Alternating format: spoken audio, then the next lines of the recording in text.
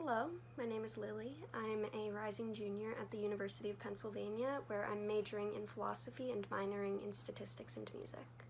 This summer, I'm working with the music section at the Library of Congress National Library Service for the Blind and Print Disabled, abbreviated as NLS. The section has the largest collection of Braille music in the world, with over 23,000 scores and audio recordings. The NLS music collection holds all types of music and material on music appreciation and instruction. We're making music and its accompanying material accessible to blind and print-disabled patrons, and I'm helping make this material digitally accessible. I'm working with the music appreciation collection with a lot of folk music, a lot of which comes from the Smithsonian Folkways Recordings collection, which was created by record executive Moses Ashe in 1948 to document people's music. NLS turns these recordings into digital talking books. I create accessible formats of the liner notes. First, I take a PDF of the scanned text, usually the liner notes that accompany a record or CD, but sometimes other reading about music appreciation and instruction, and I convert it all to a well-formatted Word document. Next, I translate that file into Braille.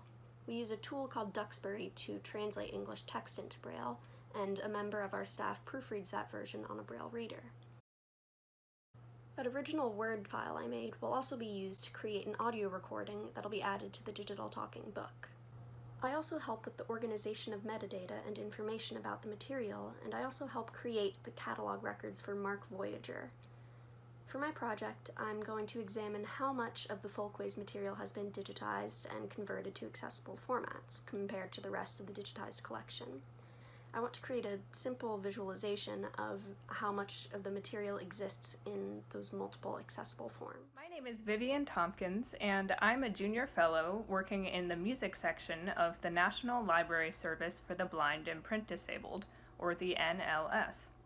I'm hoping to pursue a career in music librarianship, and I'm especially interested in projects that give greater access to music materials through digital tools and platforms.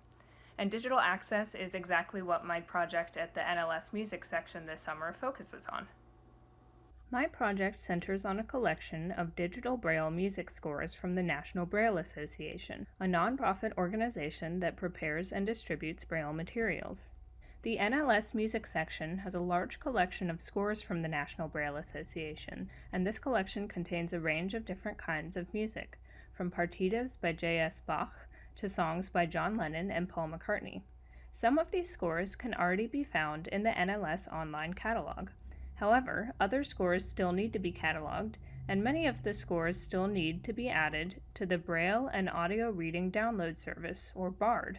NLS patrons can use BARD to download Braille materials, including Braille music scores, which can be read by using a refreshable Braille display, or by printing the scores using a Braille embosser. In order to be added to BARD, the digital score files need to be converted from older file formats to BRF, or a Braille-ready format. This process is accomplished using Duxbury Braille translation software. Once the scores are opened in Duxbury, they are checked for any major formatting errors. These formatting errors are corrected, and the file is saved as a BRF. The score is then sent to the music section's Braille music specialist for proofreading. Many of the scores also need to be cataloged, a process which involves creating a record for each score with all of the information that might be useful to patrons who are looking for that score. For NLS records, we include specific kinds of information about the Braille music scores, such as the publication information for the Braille transcription, as well as the format of Braille music that is found in the score. Once the score is cataloged and the digital file is ready, it can be added to the NLS online catalog and to BARD.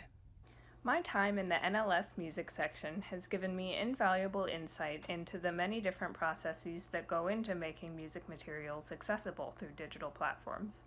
It's been a fantastic experience to learn from and collaborate with the NLS music section staff, and to make connections with the other junior fellows.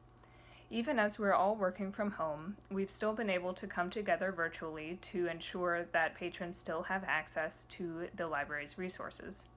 And of course, it's been great to be able to share our projects with a virtual audience. So thank you for joining me to learn more about the Digital Braille Music Scores project.